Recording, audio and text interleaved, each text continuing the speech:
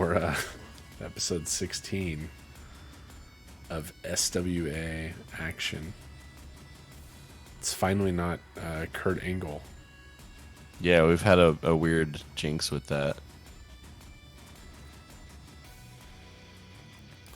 Give people a couple seconds here to filter in. Let us know if any audio's weird. Nano or Lefty, perhaps. Can you hear me? Can you hear Doc? Yeah, please let us know.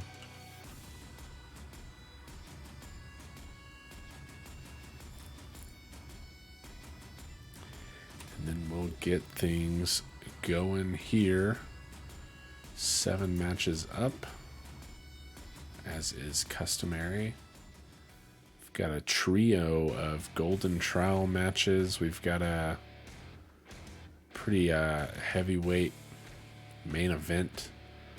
First time seeing new SWA World Champion Tomio Yamaguchi since End of the Line, when he was able to secure that title. And a lot of other good action coming up. We're going to get into it now.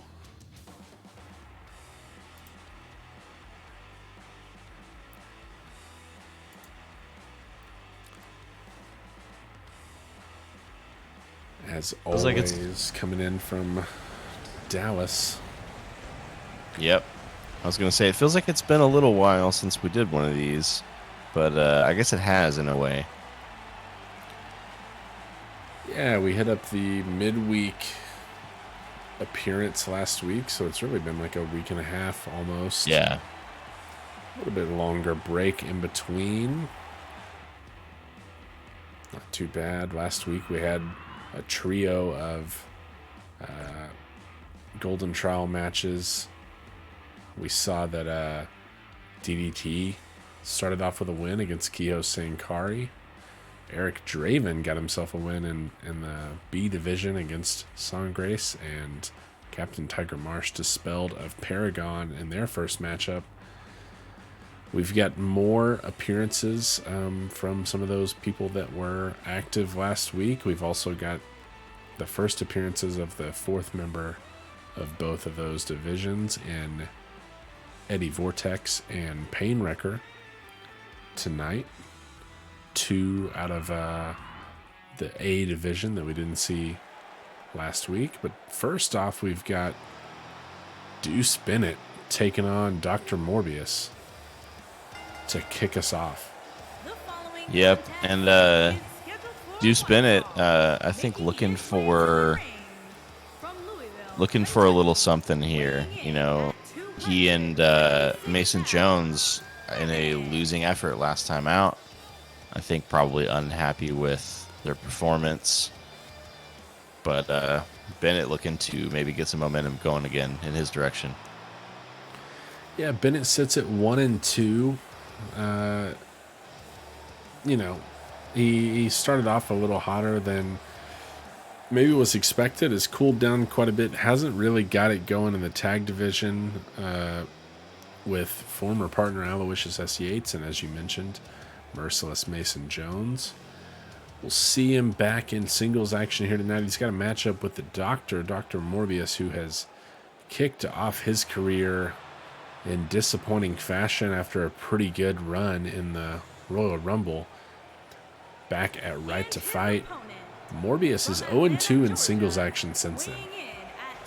Yeah, you know, came out, looked really strong in the Rumble, and I think a lot of people were very excited to see what Dr. Morbius had in store, but not been really much to write home about since then. I think maybe he used up all his hype early on or something. I don't know.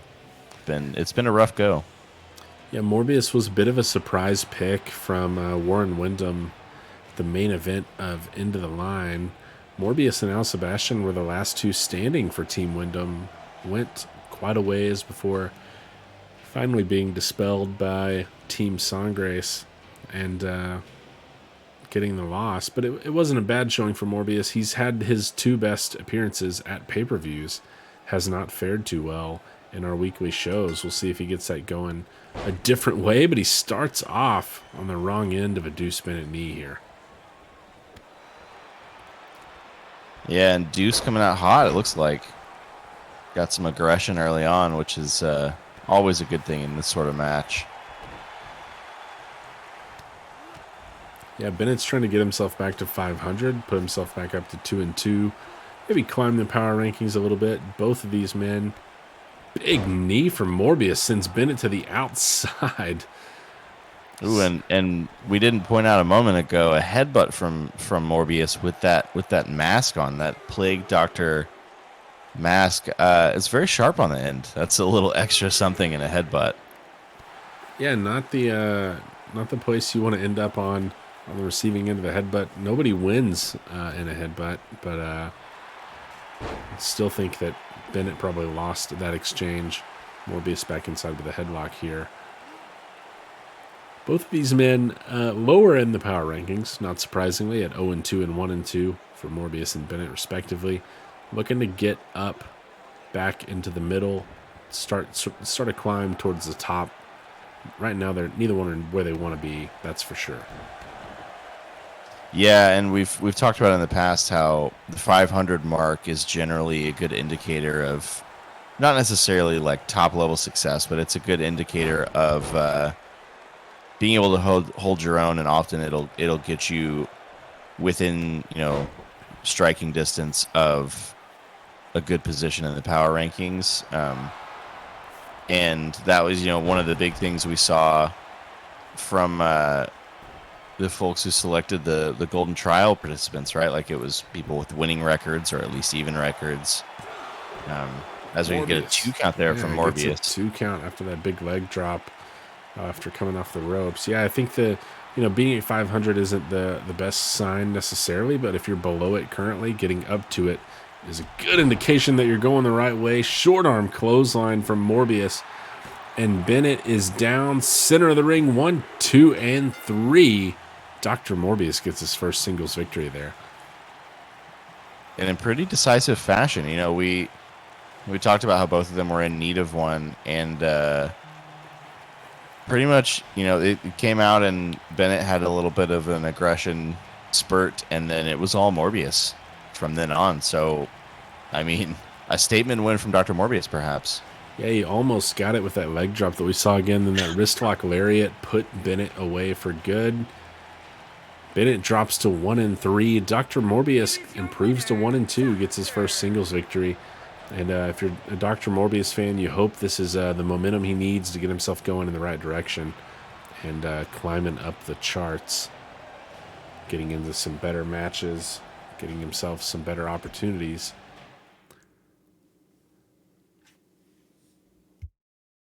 I think that's hopefully for Morbius that's the start of a string of wins, perhaps, and some good performances. I think that's what he needs to kind of turn things around. Yeah, coming up next, we go from singles action into some tag team action. A couple of new pairings here tonight. FTS, Flynn Turner Simmons and Lucian Bedeau taking on Gonzo McLovin and the Machine.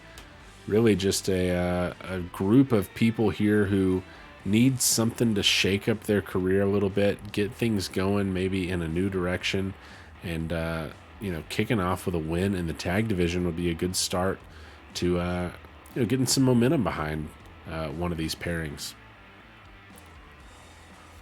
Yeah, an interesting couple of pairings here. You know, I think some guys who, you know, like we've seen in the past with other folks, maybe don't find a ton of success in the singles division, and so look to get themselves established as part of the tag division, which, you know, while we've had one going and I think there's some good competition, there's sort of a one tier and then a whole lot of other people, right? So we've seen that the Quins have been, at least to this point, virtually untouchable.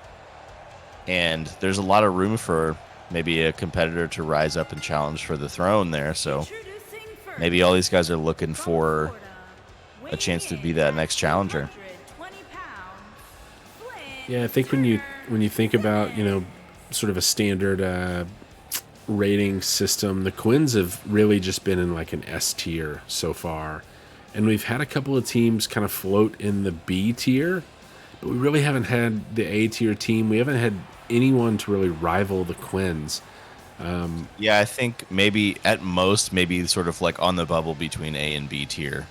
Yeah, we've had teams who have shown some success. You know, the Stones, Unhinged, they've had some good runs, but they've lost to the Quins twice. Deadfire has won 4 matches, but they've also lost 4 matches. Right now, the only team really that we haven't seen much out of that at least is in the win column is Dirty Deeds. We've only seen them once so far due to one of their team members winning the championship. Fuerza Mayor, very familiar with that. And, we'll see if they come into play a little bit, but right now there's a lot of people vying to be worthy to face the 8-1 Quinn brothers, specifically Jamie and Noah, who are 5-0 in the tag division. Yeah, an important distinction there. As a whole, the Quins are 8-1, but the current tag team champions, the guys who actually won the belts, and the guys who have defended the belts, are indeed undefeated in tag competition, and show no signs of stopping. Although, as we've been saying, maybe one of these teams, maybe this is step 1 of fighting their way up to be a challenger there. We'll see. Lucien Bedeau, in particular, maybe someone who certainly needs kind of a reset after a very disappointing singles run, I think. Yeah, that's kind of a common thread, really not between just this pairing here, but both teams here. FTS, Flynn Turner Simmons, and Bedeau, 2-6 and 1-6 in singles action. Gonzo McLovin making his way to the ring right now, 2-4. And the Machine at 3-6. We're talking about a lot of singles losses here between these 4. But, I think the thinking here is that, maybe someone here is better suited for the tag division and could be that team that really starts to climb up and get themselves going and maybe make a run at the tag titles in the Quinn brothers. Yeah, and I mean, I certainly could see it with any of these guys. I think they're all good competitors who, for one reason or another, or a few reasons, it hasn't clicked. They haven't been able to put it together. So I think it makes sense to kind of shake things up a little bit, see if you can ally yourself with someone who, might complement your weaknesses and so forth. That's the cool thing about tag team wrestling. You see teams that are teams and they provide different things. We've talked about this with the Stones, right? Unhinged, you've got Slate Stone, who's a bit smaller and is more technical, and then you have Onyx, who's the big brawler, right? The balance of the team like that can really provide a variety of offense and give you some new strategic angles. So maybe these guys are just bringing that sort of strategy in a new way. That'll enable somebody to unlock something special and new. Yeah, and in terms of pairings tonight, we're talking about Bedeau and Flynn Turner Simmons. Bedeau, a little bit more of a technical wrestler. Simmons, a little bit more apt to take to the ropes, take to some high flying. For McLovin and the Machine, we've got a powerhouse and really just a brawler, specifically a striker here in the Machine. An interesting pairing there. They certainly will have the size advantage tonight. 255 and 275 for the 2 heavyweights versus Bedeau and Simmons coming in as cruiserweight and light heavyweight. The height advantage as well. But a lot of different styles in this match. It'll be interesting to see which team pairs their styles together best. Yeah, and that's going to be the key, as it always is with this sort of match, I think, is which team can actually be more of a team. We've even seen this issue crop up in past tag matches with, existing established teams, right? Famously, there was a match with Fuerza Mayor where, while Diego Cervantes was champion, he was never tagged into a match. El Puma fought the whole match and was exhausted by the end.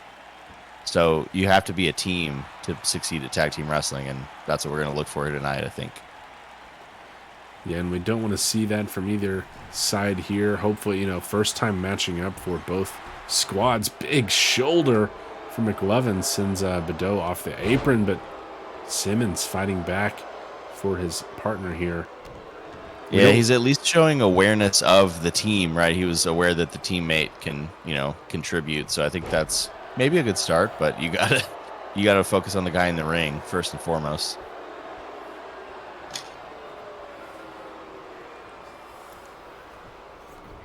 And hopefully we'll see, these teams come together. They haven't had any in-ring experience together either side. We're going to see who's better at learning on the fly, I guess, and getting into a rhythm with someone you haven't really worked with before can be hit or miss, and could be really the difference maker in this match. Could come down just to that.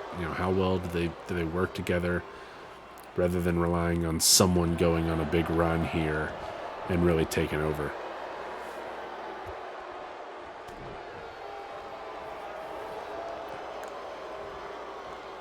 Sheen just takes and tosses Bedeau across the ring.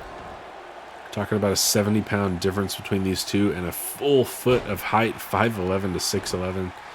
The Machine, the tallest superstar in the SWA, drops the knee on the back of Lucien Bedeau.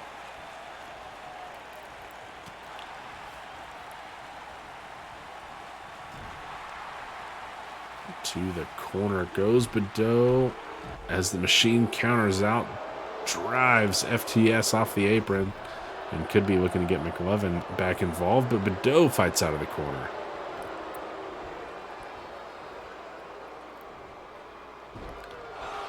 And the Machine, with the strength on display, just pushes Bedeau back into the ring, drops the back on the knee. Machine so far focusing on the back of Lucien Bedeau and doing so effectively, but cannot seem to get any offense going in the corner.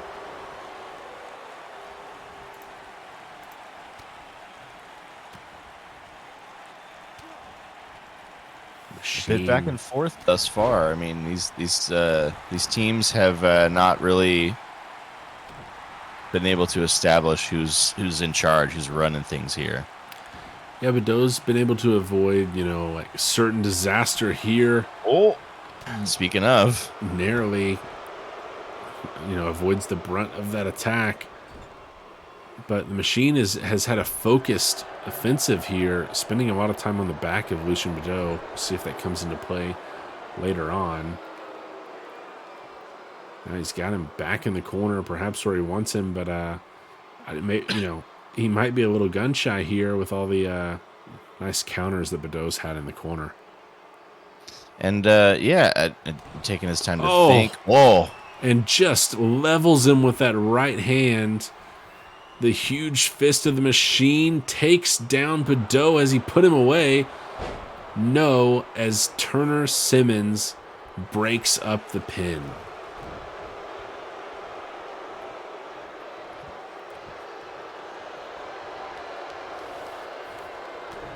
And I guess maybe a little possum there from the Machine.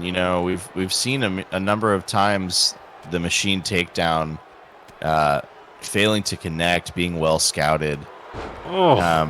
Maybe he took his time there and made sure the punch landed, but ultimately he was unable to get the pin, and that's got to be frustrating for the Machine. And another big right hook from the Machine just leveled Bedeau there again, and now Gonzo is in as the active man. Little double axe handle on the left arm. See what McLovin's got in store. How about a big chop that takes Bedeau off his feet? Just lays him out with that chop, but then right back with the arm drag. Bedeau looking to get a little offense here. And Lucien Bedeau wisely going to the corner, looking for a tag. He's going to need a break. Yeah, Flynn Turner Simmons is in. Active man now for that team. And they needed that. Bedeau had taken a beating there, but McLovin trying to stay in control for his side. Uh-oh. Oh. Hung him up on the ropes, and that is going to hurt. Just a lot of impact on the throat of FTS there. A little slingshot action. A nice takedown by Simmons. Little tilt-a-whirl arm drag, and McLovin has to take a powder. Try to get things right. Oh, nobody home for the splash in the corner. A lot of impact on the sternum of FTS on that top turnbuckle. And the Machine is back in. Big right boot from the Machine to the gut of Flynn Turner Simmons. And right now, the Machine and McLovin are laying in a lot of offense, but the fighting spirit of Badeau and FTS hanging in there, avoiding their demise at this point, but they've taken quite the beating so far. It's interesting, you know, we've often talked about the importance of, as we get a little snake eyes in the corner, dropping the face right on that turnbuckle. We've talked about in the past the importance of cutting the ring in half in a tag team match, right? You keep the match in your corner. With that. Just rolls him up with that discus clothesline, but look at just FTS fighting back. Man, just knocked his head right out of his head there. My goodness, and what's he thinking here?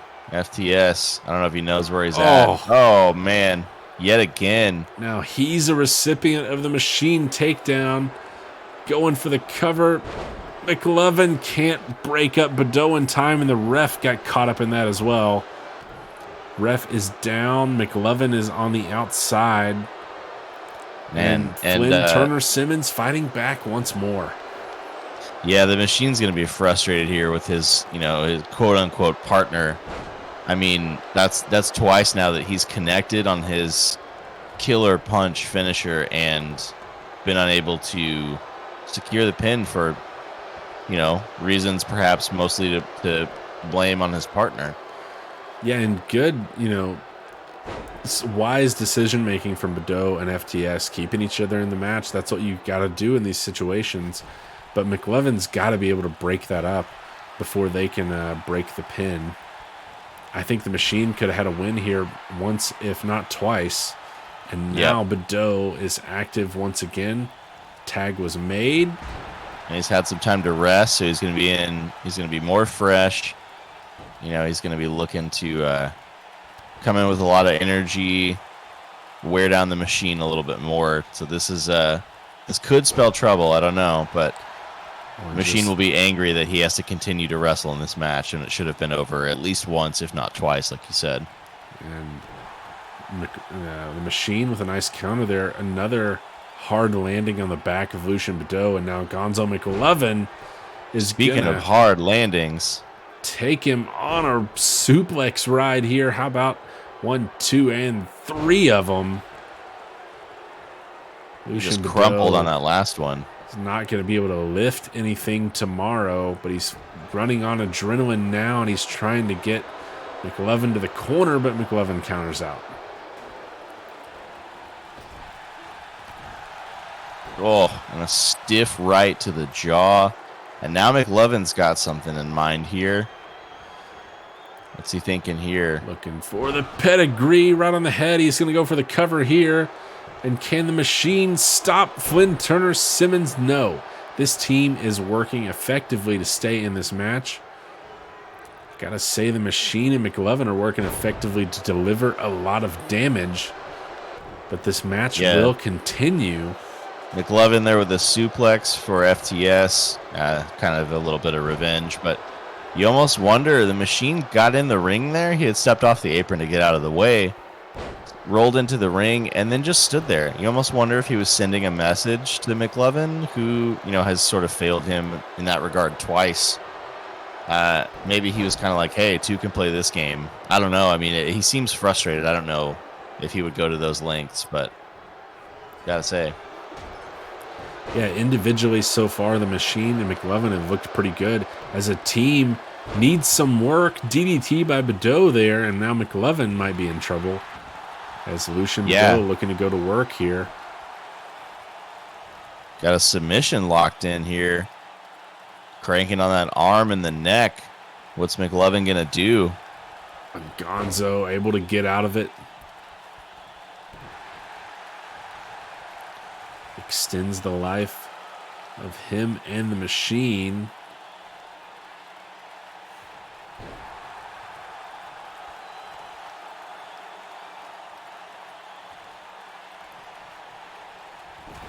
But Lucian Bedeau. The resilience of Bedeau and Simmons has been pretty spectacular so far. Bedeau missed a big kick there, though, and now McLovin looking to do some more damage. Another DDT for Gonzo. And McLovin looking tired out there. He's working hard. Both he and the machine have been really, like you said, laying in the offense. Definitely, leaving it all out there on the mat. And even being the ones on top, if this match goes long enough, that'll wear you down. And I'm sure they're tired of being out there. So they'll be looking to end this quickly. With some leverage from the ropes, but no dice for the machine.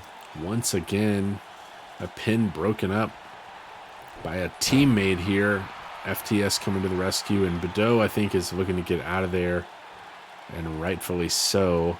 Flynn Turner Simmons going to be the active man for that pairing. So here's a question. Just thinking strategically as this match goes on, we're seeing some patterns emerge. Specifically, Bedeau and FTS, pretty good at saving each other's necks, breaking up pins. We've seen that several times now. So they're good at staying alive. They're good at, escaping doom. But are they going to be able to actually win this match? Do you feel like they have what it takes to get on top and actually secure a victory rather than just not losing? FTS on the wrong end of a giant boot there. They're going to have to get some more offense in if they're going to have a chance. They've done plenty to stay alive, like you said, but I don't think they've done near enough to put either the machine or McLovin away.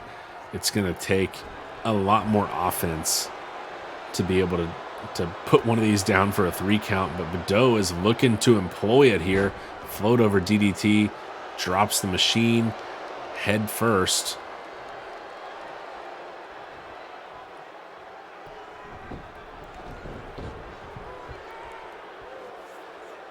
And an alligator roll on one of the biggest guys in the Fed, that's a choice. And now as FTS back the active man, a lot of switching on this side. We haven't seen near as much from the machine and McLovin. They kind of stay out there as long as possible. Haven't needed to tag out so much because they haven't taken a lot of damage, but really just staying in while FTS and Bedeau making a lot of changes, but a big right hand from the machine as soon as FTS moved out of the corner. Fell for it again. Has he done enough this time? No, Bedeau is there once again. These two McLovin just not getting it done. Are just putting away, and McLovin has had enough pedigree on Lucian Bedeau. And Bedeau, I think, was busted open with that. Now the machine looking for the cover, center of the ring. Is FTS still out of it? No, he kicks out at 2.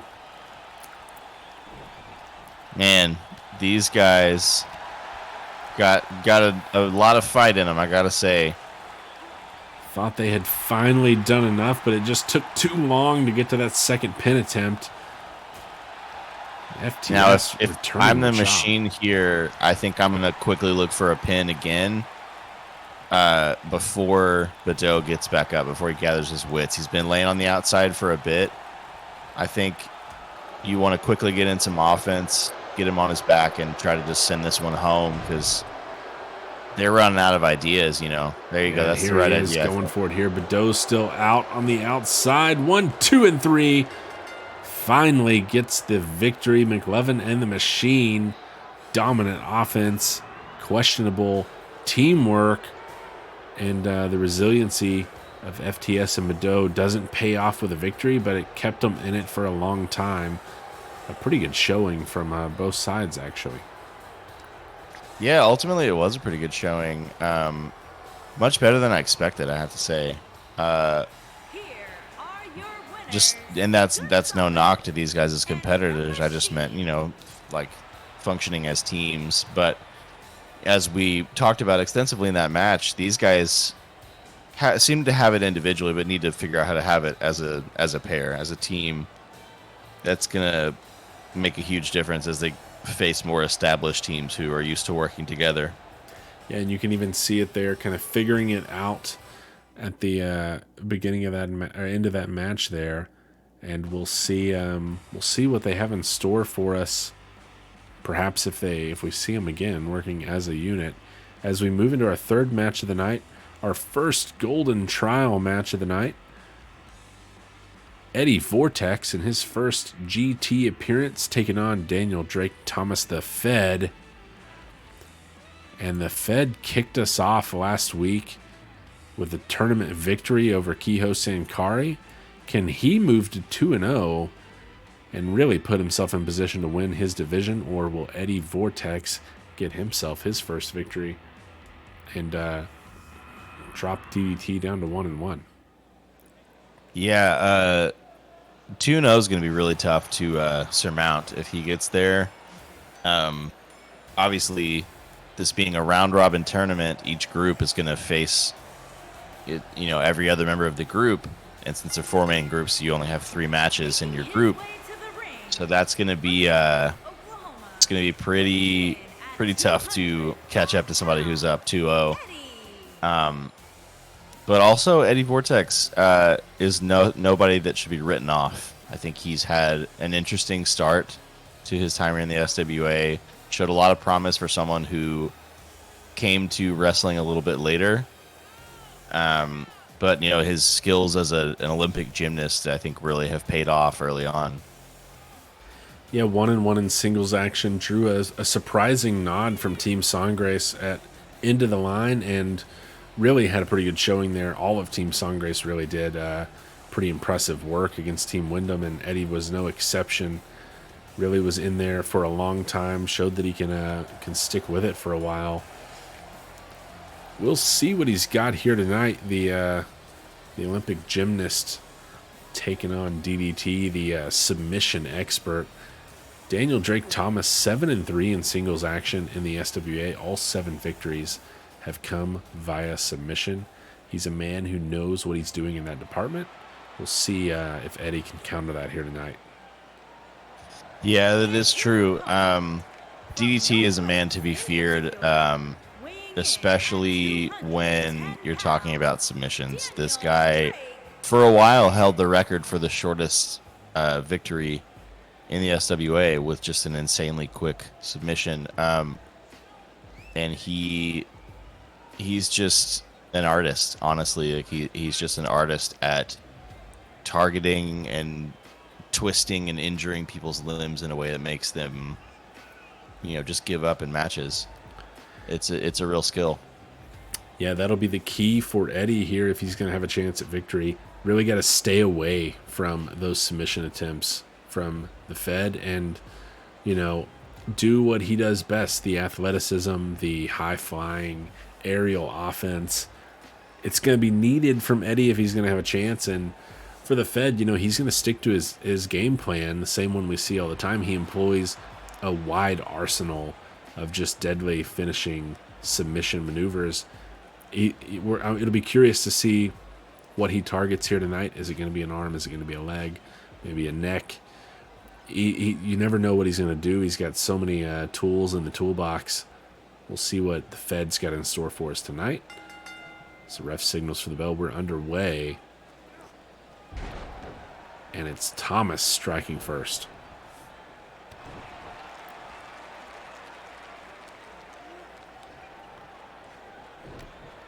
Working on the back a little bit early on, it looks like, and already kind of applying some extra pressure.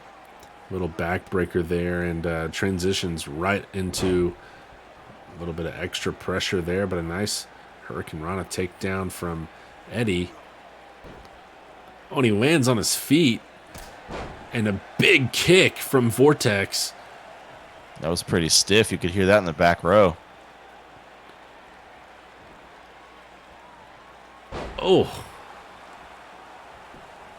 Some strong work early on. Put this one away early. He gets a no count. The Fed is out of that in no time at all. Big uppercut, though, from VORTEX. I think and a standing shooting star press from Eddie. I do think I appreciate that approach, right? He knows what a dangerous guy he's facing, so he's just trying to end it before anything can go wrong. But it's going to take a little bit more than that. He goes to work here on the arm, maybe looking for a little bit of submission of his own. Eddie quickly makes his way to the top turnbuckle in the corner. The Fed just taking a seat inside the ring, going to make his way up, and Eddie doesn't like the positioning any longer. Drops down from his perch. Oh, and a German suplex from Eddie. Already showing some awareness, some wisdom. We've seen many a time how a risky maneuver from the turnbuckle can really go. Working a little limb action as well. Submission. Yeah, but we've seen, like turnbuckle moves go sideways if you're not careful, if you're not paying attention to your opponent. So Eddie bailing on that one rather than, committing to something that might come back to bite him, I think is smart and shows he's taking this match very seriously, and I think he's scouted his opponent. Definitely, and we're seeing a lot of offense in a hurry for Vortex. He's keeping the speed and momentum at an all-time high here. Yeah, I think that's smart. Thomas needs to get something going his way. Nice counter out of the corner, catches the right foot of Vortex. Now we'll see what the Fed's got. Nobody home in the corner, though.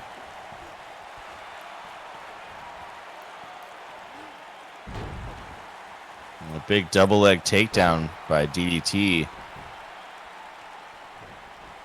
He just rolls him over. And now looking to stretch that arm out a little bit. Gets him away from the ropes wisely and then works a little bit of an arm bar. Lets him out of it.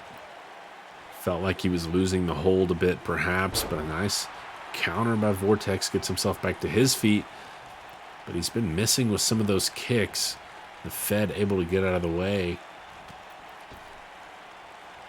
And Eddie, oh man. A DDT right on the apron. Onto the apron, over the top rope there. A lot of impact on the hardest section of the ring. But the Fed gets back in and going back to work himself. Taking his time, though. He's being choosy, but, perhaps a little too choosy. I don't know. Oh, and a big drop kick. And another one. And a swinging neck breaker to cap it off. DDT looking dangerous here. He's got a lot of momentum going his way. Rolls over. He's got Vortex in a dangerous position here, and Eddie has tapped out. It happens that quick. DDT, dangerous, dangerous, dangerous in the submission game. And you got to hand it to Vortex. It feels like he knew the stakes of this match. Feels like he knew what it would take from him, and he came out and he brought it. It was not quite enough, but I think from the Rook here, this young wrestler, every time out he's learning, and going up against a longtime vet like DDT, sometimes you just don't have what it takes. Yeah, and Vortex really, gave DDT one of the best runs we've seen for the Fed's money. The Fed's going to move to 2-0 already, though, in his division in the Golden Trial Tournament. Vortex drops to 0-1. Not out of it just yet. But not the start Vortex wanted. He's still got some work to do. But for Thomas, sitting at 2-0, can't ask for much better than that in the tournament. Sure can't. And an interesting angle to watch in this space, of course. The winner of the Golden Trial, obviously you have to win your block, and then there's a final between the winners of each block. The winner of that match will go on to get a title shot, and of course the current title holder is DDT's own tag partner. So an interesting wrinkle as we watch this tournament progress. It could be interesting to see yet again tag partners facing off with the title on the line. We've already seen that with Fuerza Mayor. Did not go so well for either of them. But we certainly have, and for the Fed, his last opponent in his division will be Painwrecker, who we will see later on tonight. But first, we've got Benjamin Goldenberg and Al Sebastian in some one-on-one action. We last saw Sebastian in the end of the line main event where he and Dr. Morbius tried to last long enough for Team Wyndham, but just weren't able to do it. Goldenberg dropped a tag match last week with Calvin Ableva taking on Unhinged. We'll see how he fares in the singles action here tonight against Big Al Sebastian. Yeah, Big Al, like you said, he and Dr. Morbius both, I think, had decent individual. And hold on a minute. Who is this? It's certainly not Benjamin Goldenberg, and he's got a steel chair, and he drives it into the back of Al Sebastian. What the hell is going on? Who is this, and why are they just attacking Al Sebastian like this? Went after Big Al with a chair. The hippest, youngest wrestler just getting the absolute trash beaten out of him. And Al fighting back here on this attacker.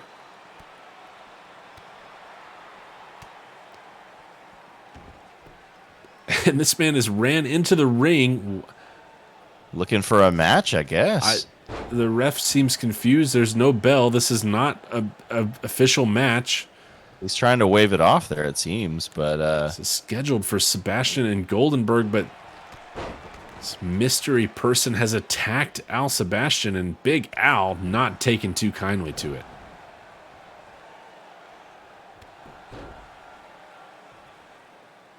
And these two are just going to go at each other, I guess. Yeah, I mean, I guess that was it. The ref has finally got it under control, I guess, and Sebastian has let up on the attack of his attacker, and this will be they've called for a disqualification, I guess. That will move on. There will be no match between Benjamin Goldenberg and Al Sebastian tonight, as Al has been attacked with a steel chair.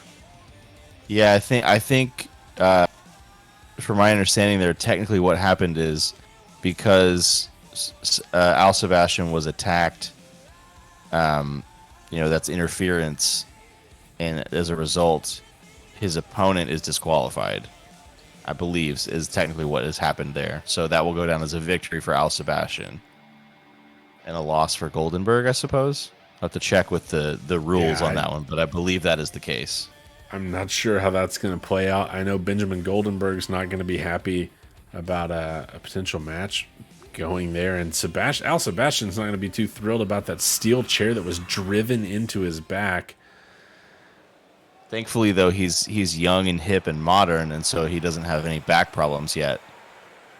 But I'm sure he'll be feeling it. Strange turn of events for what should have been a match there, and instead was just a violent attack. Our next match is another GT match between Painwrecker and Kiho Sankari, as we try to figure out what the hell's going on with Al Sebastian and whoever that was that attacked him for seemingly no reason. We've got Painwrecker and Sankari. A strong Division A matchup. Sankari dropped to DDT last week. This is the first time we're seeing Painwrecker. And, we've said all along, round-robin tournament, you're never out of it. But with DDT winning earlier and being 2-0, if Sankari doesn't come up with a win here tonight, he'll have another match in this tournament, but it'll pretty much seal his fate if he drops to 0-2 with a loss to Painwrecker tonight. I think you're right. I think having someone else in your group be 2-0 and then yourself being 0-2, that last match is a formality. I think you're pretty much mathematically eliminated at that point, and that's tough. But meanwhile, Painwrecker has not had a match yet in the tournament. Looking to get off to a good start here. Maybe he himself can go 2-0. Which I would believe would involve getting a win over DDT, so that would be interesting. But looking to hang with the top of his group here. Yeah, it'll be interesting to see, after the results of this match, we'll know a lot more about what's going to be necessary for the competitors moving forward.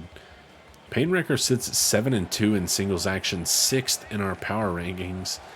We last saw him at End of the Line, where he took down Calvin Abueva in a last man standing match. Really, his most signature win so far, a nice pay-per-view win over a stellar opponent. Sankari sits at 4-4, 11th in the power rankings. He's struggled a bit as of late, but finds himself with a chance to get things going the right direction in this tournament. He did drop the DDT, but as we said, if he wins his last two and DDT drops one, we can get a 2-on-1 matchup and maybe have these two have to face off against each other. But first, he's got to get through Painwrecker, and Painwrecker wants to start his tournament off with a win. Yep, and both guys coming out here swinging, not wasting any time, just going right for it.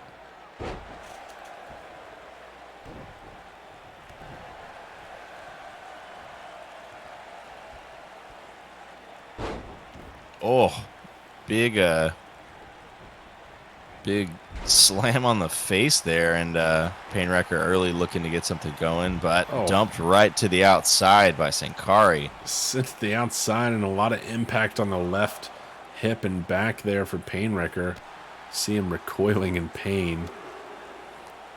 And these two going at it on the outside. Painwrecker dumps Sankari, as Sankari looked like he was trying to get back in the ring. And narrowly missed catching the apron with his face there.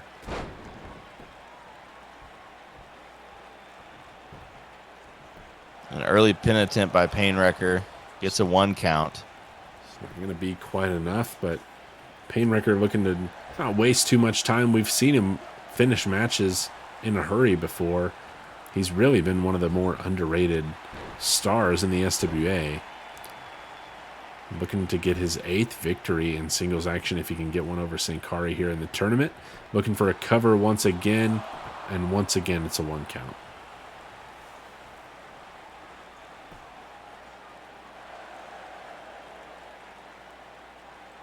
Sort of stretching the arms here. You know, it's interesting. I find that guys who do like we've seen Painwrecker do here and attempt frequent and early pinfalls sort of fall into two camps. You have your desperate ones, and you have your overconfident ones.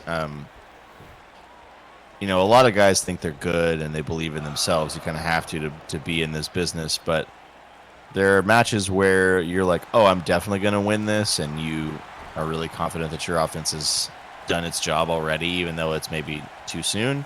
And you have guys who are like, oh no, this match is going to be a disaster if I don't end it as soon as possible.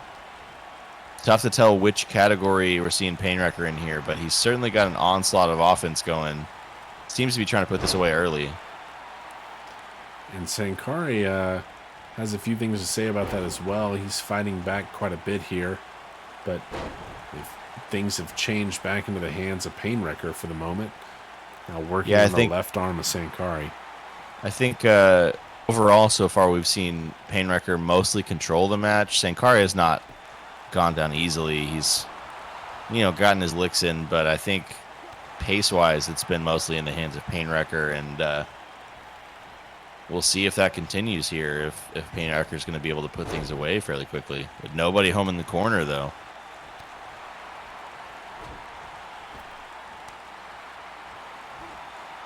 Oh! And a cutter out of nowhere. From Sankari going for the cover now. Has that put away? No, it's just a 1 count.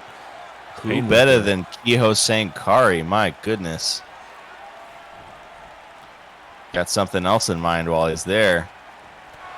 Big discus rolling elbow. Lays out Painwrecker, and is that it for Painwrecker? As Sankari got a win. Oh, shoulder up. 2.5. A close one for Sankari. Near fall there on Painwrecker, who is in trouble. If he doesn't turn things around, looks like he might be trying to. Yeah, I mean, he's gotten in a lot of offense, but he went from comfortably being in control, as we see a nice float over DDT, to suddenly being the recipient of 2 of the deadliest moves in Sankari's arsenal. Oh, 2 count there. Pretty close after that DDT for Painwrecker. Both these guys here looking a little surprised that their offense hasn't quite done enough, and Painwrecker looking ready to strike here. He turns him around, and there it is, a kill switch. Drops him down, busts him open. Has he put away Sankari? 1, 2, and no! 2.9. Sankari's out at the last millisecond, basically. It looked like it was over for. And instead, we fight on. And Sankari looking for a submission. A single leg Boston Crab is not going to do it here in this match. But Sankari, he's dazed. He's bleeding. It's he's been through a lot so far. Painwrecker not going to let him rest on the outside. Chases him out. These two trade a couple of blows. Big left from Sankari on the counter there. Painwrecker trying to get back in the ring, but Sankari says not just yet. But misses the kick, and Painwrecker's back inside. Yeah, looking for a little enziguri action there, but can't connect. Oh. And a little backflip for good measure. Sankari's got some momentum going off the ropes. Big clothesline. And how about the explosiveness from Sankari there with another cutter. Bust open Painwrecker. I'm not sure he knows where he is. And 1, 2, and Painwrecker's out at 2. Just kicked out of that. Pushes his way out. Somehow continues. And a nice counter. Boy, this is where you see the stakes of this Golden Trial tournament, right? Both these guys know a title shot is on the line, and with DDT having laid down the gauntlet in their group, they understand that this match is a must-win for both of them. This is a war here. Just beating the hell out of each other. Look at the face of Sankari. Both men busted open, but Kehoe covered in off the top rope. What a neck breaker.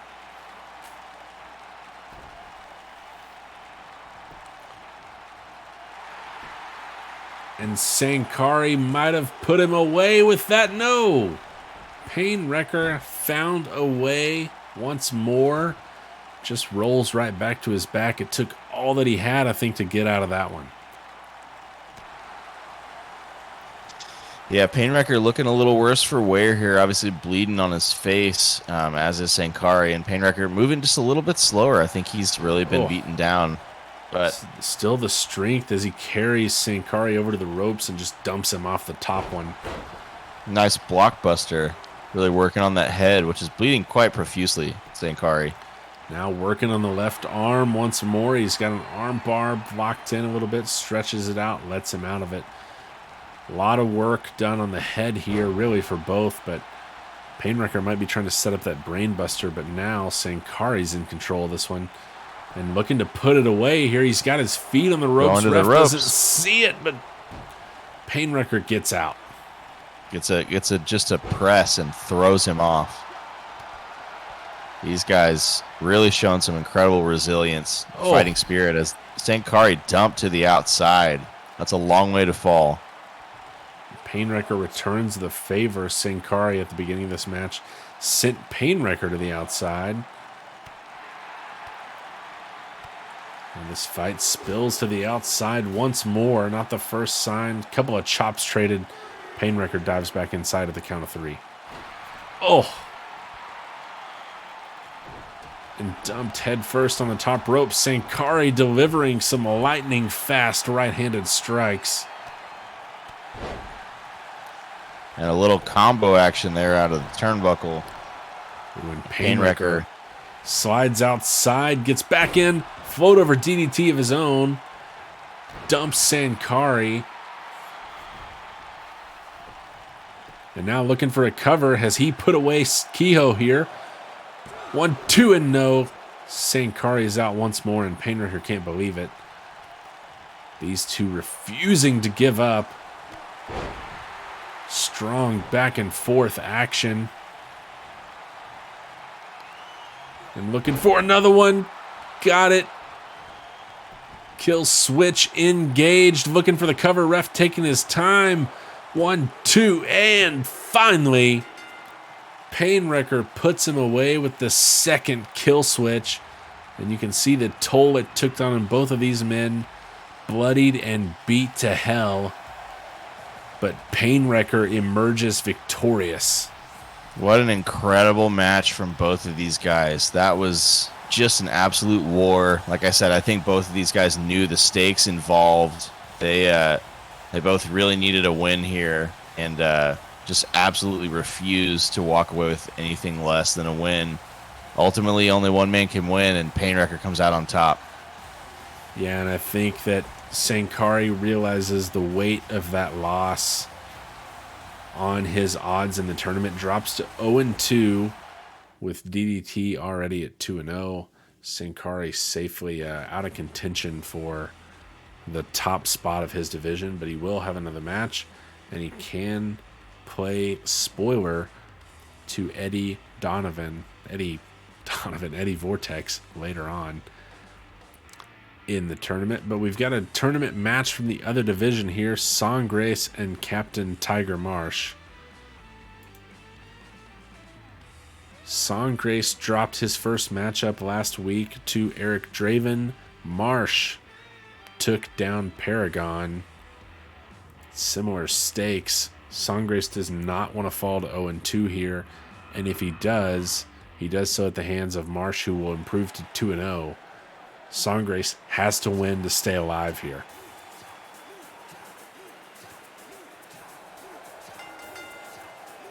Making his way to the ring from Mexico City, Mexico, weighing in at 137 pounds, Santos.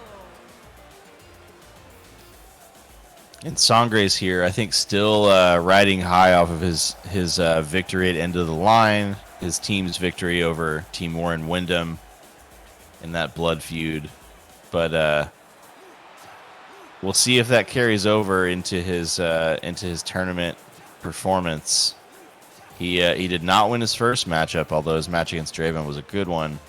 So he really needs a win here, as does Captain Tiger Marsh.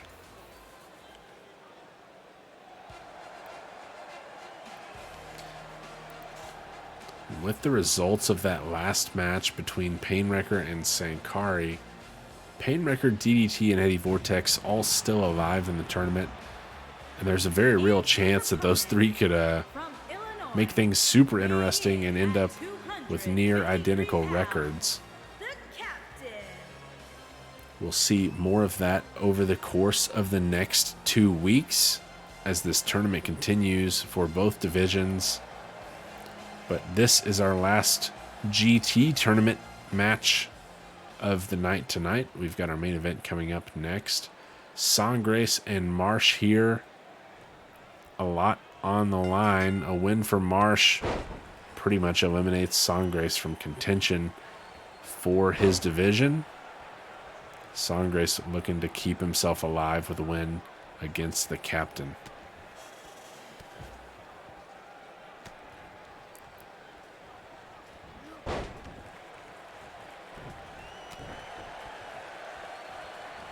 And early on, I got to say, Sangre's offense not looking like it's going to be too effective. He's definitely on the wrong end of the size disparity here, which we knew coming in, as he gets dumped to the outside pretty easily by Captain Tiger Marsh. But Sangre's is going to need to find a way to be effective in his offense here. And for Sangre's, 4-4 so far in singles action. For Marsh, with his win last week, he improved to 8-3.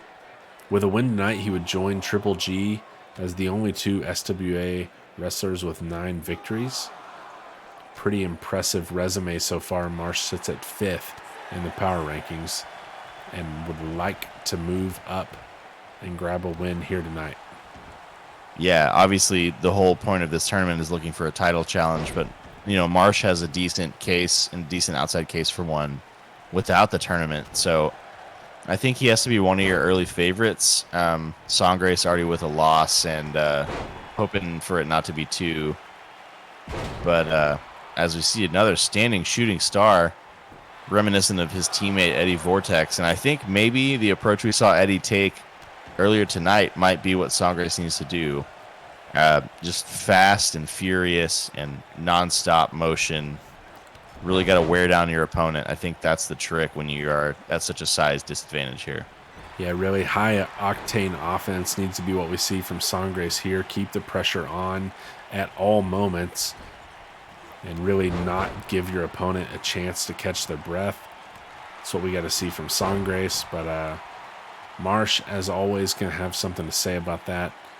A strong competitor. He's not going to go down easily here. Yeah, and he never does. A second time just dumping him out of the ring. And Marsh willing to take this fight wherever it needs to go, it seems. Yeah, just easily sending Sangres over the top, but Sangres gets himself back in the ring. Not going to lose this one via count out. And wants to keep it inside.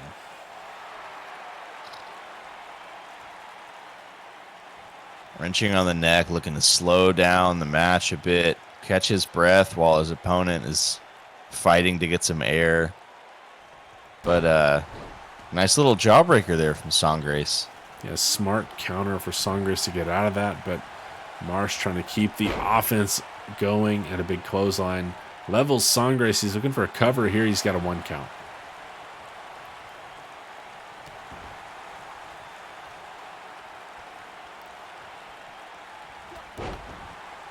And a shoulder tackle by Marsh, but I don't know if you noticed there, he actually kind of had to bend down to connect the shoulder tackle with the sternum of Sangres, because again, this size disparity is dramatic.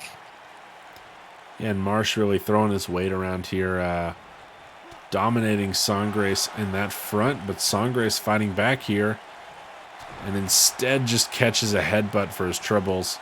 But fighting spirit there. A nice kick takes Marsh off his feet. But Marsh seems to have an answer for everything as well, and once again just levels the much smaller Sangres. Yeah. Every time Sangres is, on the verge of getting something going, Marsh seems to have an answer, have it scouted, find a way to fight out of it. This has not been a great match for Sangres.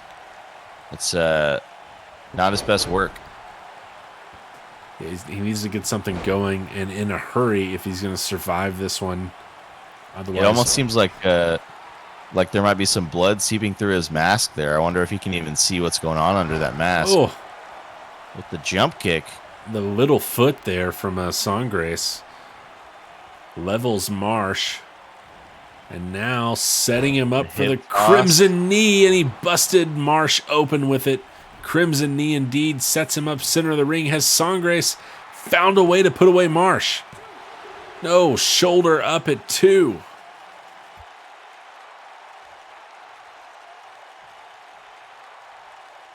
And Littlefoot there, not quite enough, even though he was my favorite dinosaur in the Land Before Time. Really the only choice for a favorite there. Nice headlock on the ground for Sangres.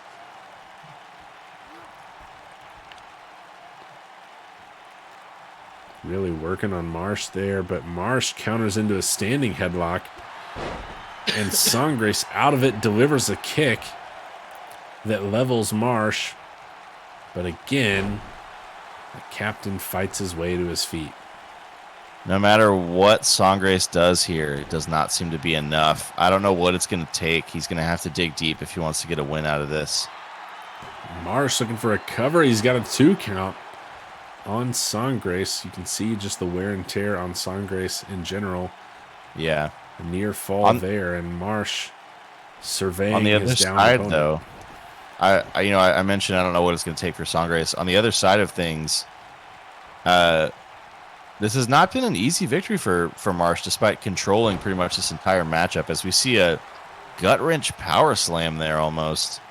Marsh has struggled to keep Sangres down. He's managed to kick out of everything, but this is bad news. Setting him up all the way across the ring. What a kick! Super kick lands on Sangres and has Marsh secured a victory. 1-2 and shoulders up for Sangres.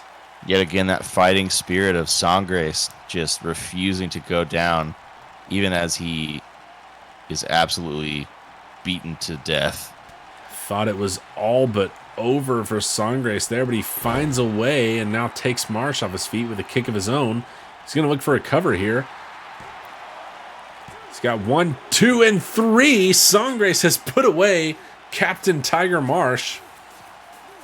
A surprise win off of a drop kick. I mean, I guess that was just a battle of attrition.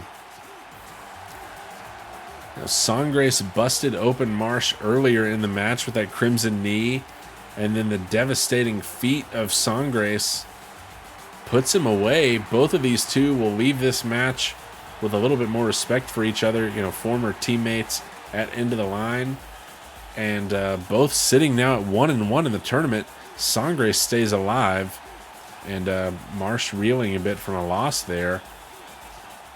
That division's still up in the air for who will come out on top.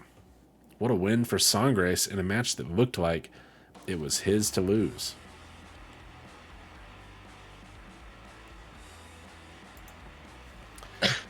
Marsh misses his opportunity to get to 9 wins here tonight, but we've got someone else with that opportunity. Domingo Cervantes getting a one-on-one shot against the man that took his belt at end of the line. This is a non-title match coming up in our main event, but the SWA World Champion Tomio Yamaguchi taking on the man he took the belt from, Domingo Cervantes. Cervantes sits at 8-1 in singles action. He dropped the belt in a triple threat match at end of the line, but he's been near unbeatable in the singles side of things and has a chance to get his 9th victory, joining only Triple G in that category if he gets a victory here tonight. Yamaguchi looking to prove that his win was deserved and put down Cervantes. Yeah, I think the nature of Yamaguchi's win in that triple threat, it was an interesting victory because, so obviously tracking back, you have Puma winning the Rumble at Right to Fight. He earns a title shot against the then champion, his tag team partner, Domingo Cervantes. And he comes out and he says, we're going to do this straight up. We're going to face each other, give it our all, and we'll be friends at the end of this match, no matter the outcome. Just do it with respect. Meanwhile, Puma also has sort of a series of matches with Tomio Yamaguchi in which Yamaguchi consistently beats him and has racked up quite a set of victories himself. Sort of earns like enough of a record to seem like he's ready to have a title shot. Gets yet another win over Puma in the aftermath of the Rumble. And so then it's decided to insert Yamaguchi into that title match at end of the line. And Yamaguchi comes away with the win. Now, the thing about triple threats is that you as the champion do not actually have to be pinned to lose your title. And that's the sort of thing that we saw happen to Cervantes here. And it's got to frustrate him because he's a really fierce competitor. And I think he wants to prove that, he didn't lose this. It was perhaps taken from him or something. I don't know exactly how he would put it, but this match I think is a sort of rubber match, but it also is a one-on-one match that I think is going to show where things really lie. Yeah, the argument on Yamaguchi's side is that in that triple threat match, he pinned the champ. He took down Cervantes. He did what he needed to do, and he also, along the way, delivered some offense to El Puma. The argument for Cervantes is that he should have never been in a triple threat match to begin with, and that, one-on-one, he's near unbeatable. The interesting point here is that these are the 2 remaining competitors who have not lost since the inaugural tournament. 6-1 for Yamaguchi, 8-1 for Cervantes. Last lost in singles action for both of them in the inaugural tournament back before weekly episodes even started airing. So tonight, one of them will get their first loss outside of that tournament, and we'll get a better understanding of maybe who is deserving of being the SWA World Champion. Yeah, exactly. And I think regardless of who comes away with that victory and who comes away with that loss, I think, you know, whoever wins this match has a claim to be sort of the rightful champion. If it's Cervantes, maybe we see some sort of rubber match down the line. If it's Yamaguchi, I think maybe this puts to rest any claims about him being an illegitimate champion. Yeah, a good chance for Yamaguchi to defend himself against the critics. And if Cervantes wants any sort of chance at redemption, wants a rematch with a title on the line, then, you know, he's have to get a win here tonight. Yeah, he's got to. He's not going to do himself any favors if he drops this match to Yamaguchi, and Yamaguchi will come out of it looking even better. So for Domingo, it's an important match here tonight, a victory he needs to get. Yamaguchi, same thing, needs to show that he is the correct champion and is going to defend that honor moving forward. Some stiff stomps there as these guys trade blows early. A little bit of back and forth action. Yamaguchi taking a powder, collecting himself, thinking about strategy. Seems to have worked out for him. Comes in, drops an uppercut, then uses the ropes to assist him on the slam. A little rebound Falcon Arrow and a blockbuster to follow it up. Now he's getting a little creative here. Some impact on the legs could be setting Cervantes up for that devastating ankle lock that we've seen Yamaguchi use to put away a number of opponents. And a big flatliner there from Cervantes. Yeah, as you mentioned, Yamaguchi, a member of the notorious Sub Gang, frequently puts away matches, busting out that ankle lock. Just can put him away in a hurry. Goes for a cover here, gets a 1 count. We've also seen Yamaguchi effectively use Superman Punch, a move that he used against both Puma and Cervantes in that triple threat match. In quick succession, if I recall. Yeah, it really, you know, a move that he can pull off in a lot of creative ways. Cervantes giving the fans a little dance routine, sort of patented Cervantes there. That's what they come to see. Yamaguchi back to his feet now.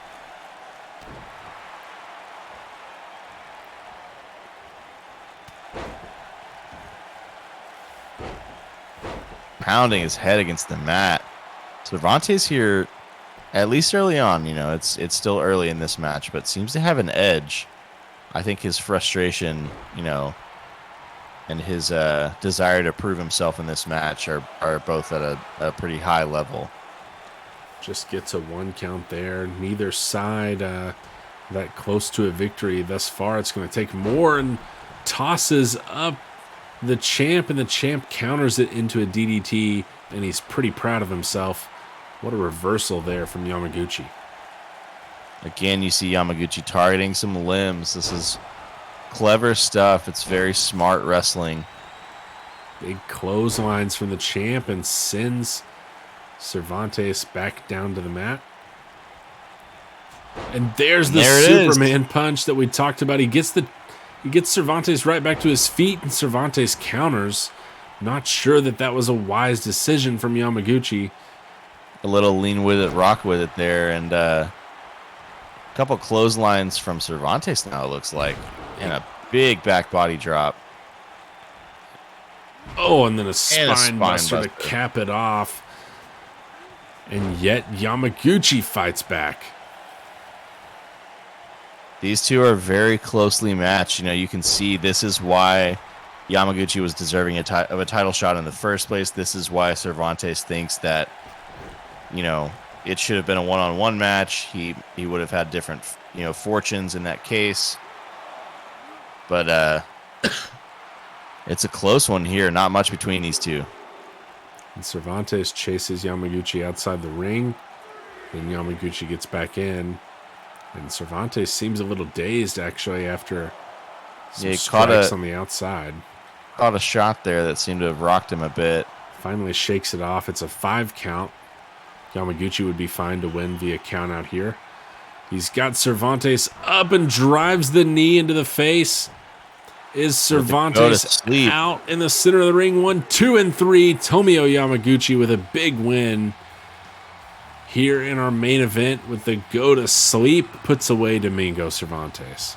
And cue Cult of Personality as he ends the match emphatically with a go to sleep, just driving the knee into the face. And wait a minute, Yamaguchi is not done yet.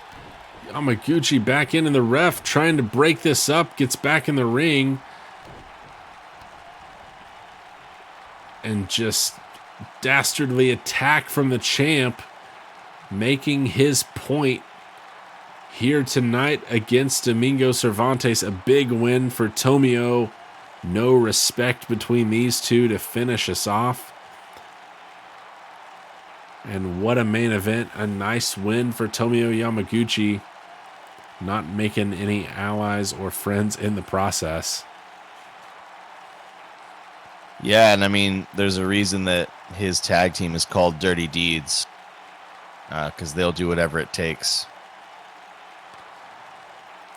And as you mentioned, you know, Dirty Deeds could run into some issues if DDT keeps up the way he's going in the tournament so far. Improved to 2-0 tonight. We saw a nice win from Dr. Morbius over Deuce Bennett.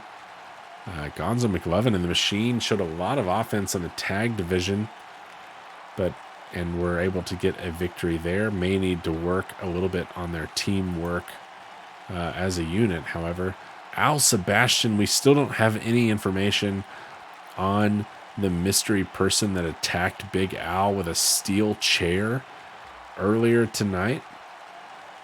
Painwrecker got a victory in the tournament, and Songgrace with a big, surprising victory over Captain Tiger Marsh to keep his hopes alive in the GT tournament as well. That caps off our night. We thank you for joining us. Hope to see you next week, where we'll have 3 more Golden Trial matches ready to go. And who knows what else we'll have in store. We look forward to it. Thanks for coming out, and we'll see you next week.